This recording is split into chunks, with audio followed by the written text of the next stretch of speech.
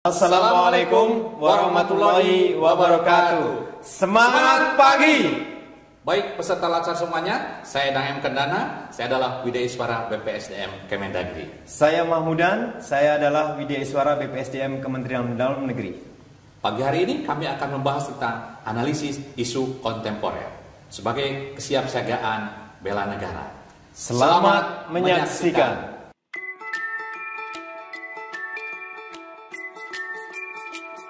Hasil perkenalan tadi, saya Dang M. Kendana, kemudian telah hadir juga Pak Mahmudan di sini. Kita akan berdiskusi tentang analisis isu strategis. Analisis isu strategis ini tadi sudah disampaikan bahwa ini adalah merupakan agenda satu kesiapsiagaan bela negara dalam Latsar CPNS. Bukan begitu ya, Mas Mahmudan ya? Baiklah, sahabat Latsar, guna mempererat hubungan kita, ya, mempererat hubungan kita, dan saya boleh memanggilnya Mas Mahmudan saja. Siap.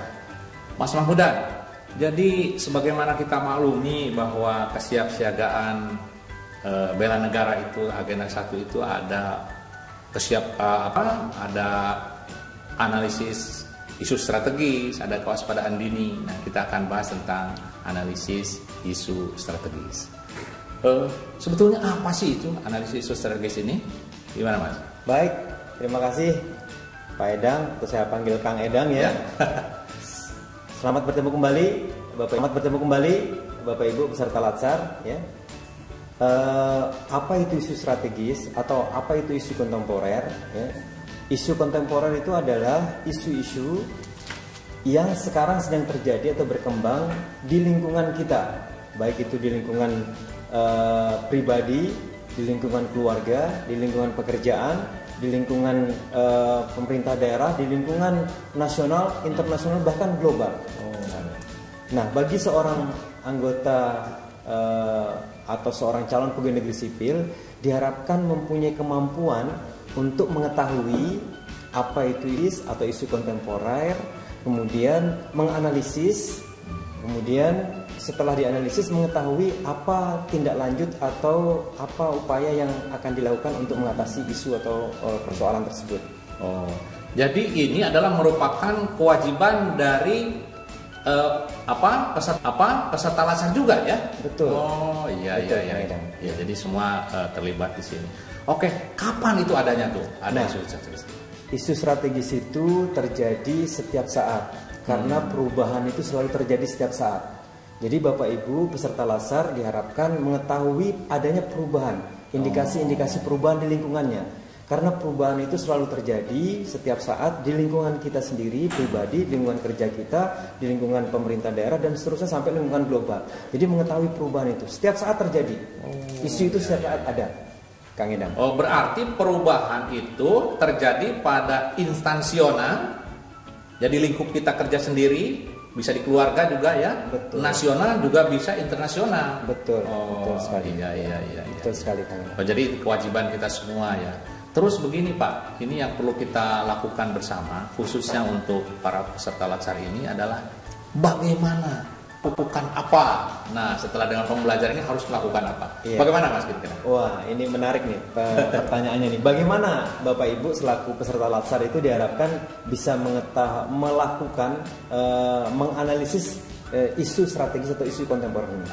Nah, yang pertama Bapak Ibu ada atau alat yang harus dipergunakan. Jadi ada bermacam-macam alat atau tools untuk dipergunakan untuk menganalisis. Kita bisa menggunakan, misalnya paling sederhana itu adalah analisis matrik urgensi, seriousness, dan growth atau matrik USG. Bisa juga dikembangkan dengan analisis fishbone atau analisis tulang ikan. Bisa juga menggunakan analisis SWOT dan lain sebagainya sesuai dengan tingkat pemahaman masing-masing. Nah, yang pertama harus diketahui itu perubahan di tingkat mana dulu yang harus kita analisis. Setelah itu gunakan alat atau tools, alat bantu ini untuk menganalisis isu kontemporer yang terjadi. Sebagai contoh, Bapak Ibu, saya ilustrasikan yang sedang terjadi sekarang, COVID-19, ya, isu COVID-19 atau pandemi COVID-19. Nah, itu bagaimana kita mengidentifikasi itu di lingkungan keluarga kita, di lingkungan lingkungan kerja kita, sampai tingkat pemerintah daerah, sampai tingkat nasional, sampai tingkat global. Nah, artinya ada tingkatan-tingkatan seperti itu sesuai dengan alat yang digunakan. Nah, selanjutnya setelah kita tahu, kita cari penyebabnya apa kan? Penyebab isu itu apa?